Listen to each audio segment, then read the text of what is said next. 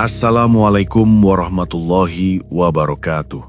Hai teman-teman, kalian pasti sering dengar cerita hantu seperti kuntil anak yang bikin bulu kuduk merinding kan? Tapi kali ini gue mau cerita sesuatu yang lebih gila lagi dari tanah Batak. Judulnya, Kuntil Anak Pun Lewat. Mengenal Begu Ganjang, sosok pemilik paling ditakuti di tanah Batak. Bayangin aja, ini bukan hantu biasa, tapi seperti teman tak kasat mata yang bisa bikin hidupmu jungkir balik. Cerita ini gue bikin berdasarkan mitos asli, tapi dengan twist emosional yang bikin hati ikut bergetar. Siap-siap penasaran ya? Kita mulai dari seorang pemuda biasa yang pulang kampung, tapi malah nemu rahasia keluarga yang gelap. Ayo, dengerin baik-baik. Ceritanya dimulai di sebuah desa kecil di pinggir Danau Toba, Sumatera Utara. Nama desanya Samosir, tempat rumah-rumah adat Batak berdiri kokoh dengan atap tanduk kerbau yang khas. Karakter utama kita namanya Ando, cowok berumur 28 tahun yang kerja sebagai supir angkot di Medan. Ando ini orangnya santai, suka nyanyi lagu Batak sambil nyetir Toyota Kijang tua warna merahnya yang sudah lusuh. Tapi hidupnya berubah pas dapat kabar buruk. Ayahnya, Pak Tua, meninggal mendadak. Ando langsung balik kampung naik bus malam. Hati campur aduk antara sedih dan penasaran. Kenapa ayah pergi begitu cepat? Gumam Ando dalam hati, sambil lihat pemandangan hutan pinus yang gelap di pinggir jalan. Malam itu hujan deras, petir menyambar-nyambar, bikin suasana tambah mencekam.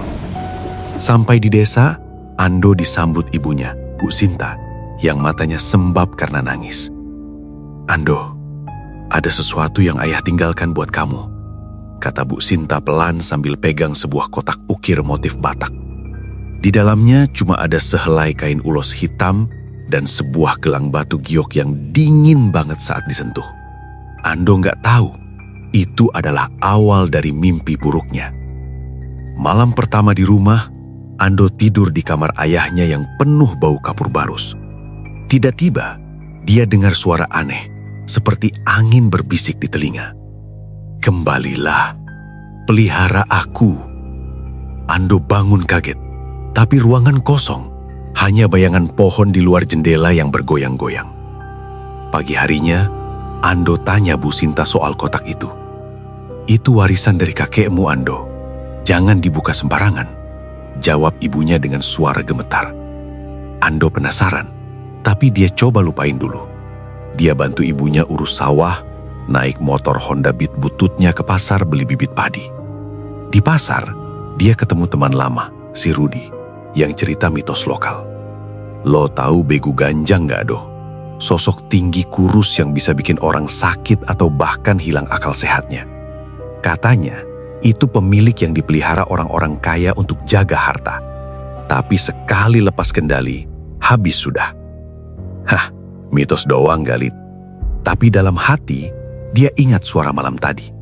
Emosinya mulai campur aduk antara rindu ayah dan takut akan rahasia keluarga. Siang itu, Ando jalan-jalan ke pinggir danau, lihat perahu nelayan kayu yang bergoyang pelan. Tiba-tiba, angin kencang datang dan Ando ngerasa ada yang ngawasin dari balik pohon. Dia balik rumah dengan hati nggak tenang. Malam kedua, hujan lagi deras. Ando duduk di teras rumah adat, sambil minum kopi tubruk panas dari cangkir enamel. Bu Sinta cerita masa lalu. "Ayahmu dulu orang kaya di desa ini, Ando. Dia punya sawah luas, tapi katanya dia punya teman yang bantu jagain harta itu." Ando kaget. "Maksudnya apa, Bu?" Bu Sinta menghela napas panjang, matanya basah. "Begu Ganjang, Ando. Roh tinggi yang bisa memanjang seperti pohon. Ayahmu mewarisinya dari kakek. Itu yang bikin keluarga kita aman dari maling atau musuh. Tapi harganya mahal. Emosi kita." Ando gak percaya, tapi dia ingat ayahnya sering sendirian di gudang belakang, bicara sendiri. "Ayah pernah bilang, Begu itu seperti anak angkat tapi ganas kalau gak dikasih makan," lanjut Bu Sinta. Ando merinding, tapi penasaran. Malam itu, dia coba buka kotak lagi. Gelang gioknya dipakai dan kain ulosnya dibentangkan. Tiba-tiba ruangan jadi dingin banget, seperti AC rusak. Ando dengar suara langkah kaki panjang di atap. "Siapa di sana?" teriak Ando. Tapi gak ada jawaban. Dia keluar rumah, naik kijang tuanya buat jalan-jalan keliling desa biar tenang. Jalan desa gelap, hanya lampu sorot motor yang nyala. Di tengah hutan, mobil mogok mendadak. Ando turun, cek mesin, tapi tiba-tiba lihat bayangan tinggi kurus di depan. Tingginya kayak pohon pinus, matanya merah menyala. Ando mundur, hati berdegup kencang.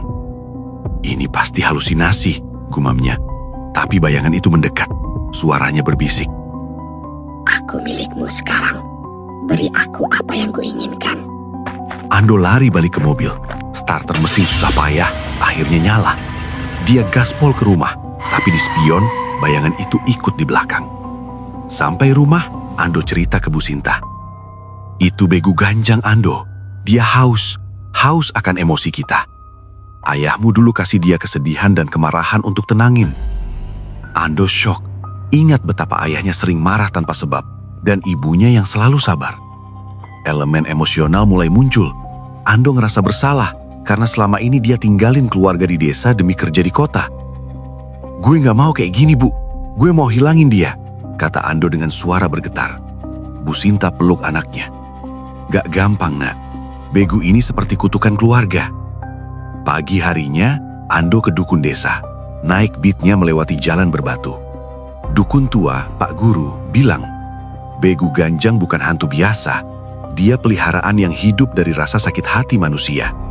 Untuk lepas, kamu harus kasih dia emosi terkuatmu." Ando bingung, tapi dia mulai ngerasa ada ikatan aneh dengan sosok itu. Hari ketiga, Ando mulai ngerasa aneh. Setiap kali marah atau sedih, dia kayak lebih kuat. Sawah keluarga tiba-tiba subur, tanaman padi tumbuh cepat. Tapi malamnya, mimpi buruk datang. Ando mimpi ayahnya berdiri di gudang, memberi makan begu dengan air mata. "Ini untukmu, agar keluarga aman," kata ayah dalam mimpi.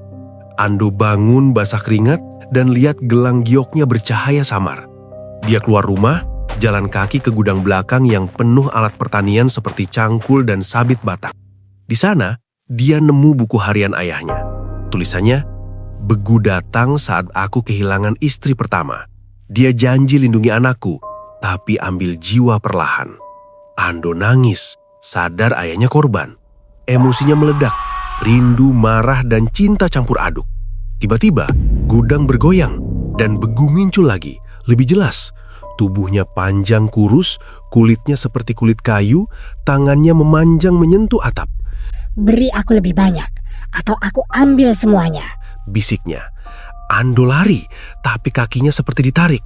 Dia ingat kata dukun, gunakan emosi untuk lawan dia. Ando berteriak, "Gue gak mau, gue sayang keluarga gue." Tapi begu mendekat, napasnya bau amis seperti danau. Ando kabur naik kijang, ngebut ke rumah Rudi. "Bro, gue lihat dia, bantu gue," kata Ando panik. Rudi yang kerja sebagai nelayan bilang, "Kita harus ke danau, tempat asal begu. Bawa kain ulos dan gelang itu." Mereka berdua naik perahu kayu malam itu. Angin kencang bikin ombak besar. Di tengah danau, Rudi cerita, begu ganjang katanya roh orang mati yang dendam dipelihara untuk balas dendam. Ando ngerasa dingin, tapi dia pegang erat kain ulos. Tiba-tiba, air danau bergolak dan begu muncul dari air, tingginya melebihi perahu. "Kembalikan aku ke asalku," katanya. Ando lempar gelang ke air, tapi begu malah marah, goyang perahu. Rudi jatuh ke air. Ando nyemplung selamatin temannya. Di bawah air, Ando lihat wajah begu seperti ayahnya yang sedih. "Ini emosiku, ambil kalau mau," gumam Ando dalam hati, melepaskan semua kesedihannya. Perahu selamat, tapi Ando pingsan. Bangun pagi, Rudi bilang, "Lo hebat Do, kayaknya begu pergi." Tapi Ando tahu, sosok itu masih ada di hatinya. Beberapa hari kemudian, desa mulai tenang. Sawah tetap subur, tapi Ando ngerasa kosong. Dia sering duduk di pinggir danau, ingat ayah dan rahasia keluarga. Bu Sinta senang anaknya balik, tapi khawatir. Jangan biarin Begu balik, Nak, katanya. Ando janji, tapi malam itu saat nyetir angkot pinjaman ke kota, dia dengar bisikan lagi. Aku bagian dari kamu. Ando berhenti di pinggir jalan, lihat spion, bayangan tinggi ikut. Dia sadar, Begu bukan cuma peliharaan, tapi manifestasi emosi keluarga yang terpendam. Untuk hilangin, dia harus hadapi. Ando balik desa, kumpulin warga di rumah adat. Mereka bawa tortor, tarian Batak, dan nyanyi lagu-lagu lama. Kita lepas Begu dengan cinta bukan takut, kata Ando. Malam itu, api unggun menyala, alat musik gondang dimainkan. Begu muncul lagi, tapi kali ini warga nggak lari. Mereka bagi cerita emosional, kehilangan, cinta, dan harapan. Ando cerita soal ayahnya. Ayah, gue maafin semuanya. Gue sayang lo. Begu mulai menyusut, suaranya melemah. Akhirnya, aku bebas. Sosok itu hilang ke angin, meninggalkan kedamaian. Ando peluk Bu Sinta, air mata bahagia. Desa kembali normal. Ando putuskan tinggal di sana, bantu ibunya. Tapi kadang saat angin bertiup, dia ngerasa Begu masih ada sebagai pengingat. Emosi harus dihadapi, bukan dipelihara. Cerita ini ngingetin kita, horor nggak selalu dari luar, tapi dari dalam hati. Kalau kalian punya rahasia keluarga, hadapi dengan cinta ya. Nah, itu tadi cerita lengkapnya teman-teman. Gua harap kalian merinding sekaligus terharu. Begu Ganjang ini mitos nyata di Batak, tapi gue tambahin elemen emosional biar lebih dalam. Kalau kalian suka, share pengalaman horor kalian di komentar ya. Tetap santai, jangan lupa jaga hati biar nggak ada pemilik tak diundang masuk ke hidup kita. Oh ya, kalau kalian penasaran sama cerita-cerita mistis, horor budaya Indonesia, atau pengalaman supranatural lain yang bikin deg-degan tapi juga bikin mikir, jangan lupa subscribe dan nyalain lonceng notifikasi di channel Sisi Alam Lain sekarang juga. Di sana kita bakal sering bahas hal-hal gaib dari berbagai daerah, mulai dari yang serem banget sampai yang bikin hati tersentuh. Dukung terus ya, biar channel ini bisa terus bikin konten seru dan mendalam buat kalian semua. Terima kasih udah nemenin sampai akhir. Sampai jumpa di video berikutnya di Sisi Alam Lain. Jaga diri, jaga hati, dan tetap waspada sama apa yang tersembunyi di sekitar kita. Bye!